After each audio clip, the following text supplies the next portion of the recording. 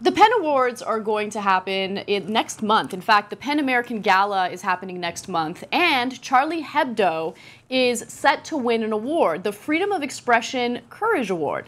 Now, there are a number of writers, 6 writers in particular, that are actually very upset about this. They believe that Charlie Hebdo should not receive that award because of some of the offensive covers that they've had in the past, covers that make fun of those who they feel are disenfranchised, Muslim religion particularly. So let me give you an example of what they said. In a letter sent earlier Sunday to PEN trustees, current PEN American President Andrew Solomon acknowledged that several people were offended by some of Charlie Hebdo's cartoons, but added that PEN believed strongly in the appropriateness of the award.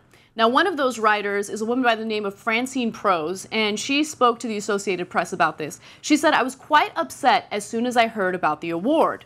I couldn't imagine being in the audience when they have a standing ovation for Charlie Hebdo." So she feels very strongly about this. So I want you to jump in, because I'm really curious to see what you think. I mean, to say that the images or the cartoons in Charlie Hebdo were offensive is not that far-fetched. Yeah, completely. Now, see, I'm conflicted because part of me, as the job that we do, of course, you know, it's our job to report, and we have First Amendment that supports us, that we freedom of speech, but there's a cultural sensitivity that needs to be there. And so I put myself in this spot as if I was a Muslim and I was watching this and I saw this on the cover, or even if they put a black man or a white man in blackface on the cover, how would I feel about the person who put that on the cover getting an award? And that really is what got me, because of course, yeah, I mean, she's right in what she's saying about why he should get this award, but it's hard because you have to think about those who are going to be hurt.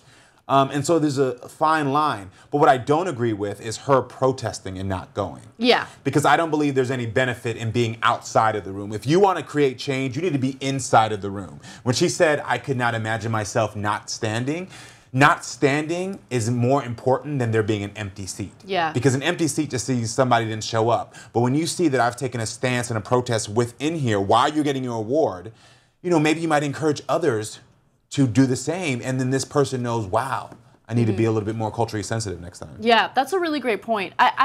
For me, I think they should win the award, regardless of how offensive they are. Even if they had covers that made fun of Armenian girls living in LA called Anna, right? Yeah. Like, it would offend me, I would hate it, but I feel so strongly about the freedom of expression that even if you're saying something that I disagree with 100%, I don't want the government or anyone coming in and telling you, no, you're not allowed to publish something like that. You're right. So yeah, regardless of how offensive it might be, it's important to have that freedom of expression. Now, Andrew Solomon, who is the president of PEN, says the following: "We believe that Charlie Hebdo's intent was not to ostracize or insult Muslims, but rather to reject forcefully the efforts of a small minority to place broad categories of speech off limits, no matter the purpose, intent, or import of the expression." So what he's saying there is absolutely right. Charlie Hebdo was punished mercilessly for their belief in freedom of expression. And some of the things that they put out there, even if they were offensive, they were, you know, they were courageous. And I don't really have a problem with them winning that award. But I will say, I also don't have a problem with the writers voicing their concern over the content in Charlie Hebdo. Of course, yeah, definitely. Everyone should be able to speak up. It's just that and that's why I say I'm conflicted, because I wonder, when do we go too far? At what point do we go too far? Like, if someone puts a little girl on a magazine cover getting raped, you know, is that freedom of expression? And it sort of gets me at that point where I'm like, I don't know. And of course, that's a far off, you know, example. But it just is one of those things why I am personally conflicted. Right. And the thing is, freedom of expression, of course, has its limitations. Yeah. So, you know, we have in the United States, I know that's different from France, but in the United States, we have certain restrictions to freedom of speech, obscenity laws. We have, you know, rules that indicate that you can't walk into a crowded theater and yell fire. That's always the example that they give.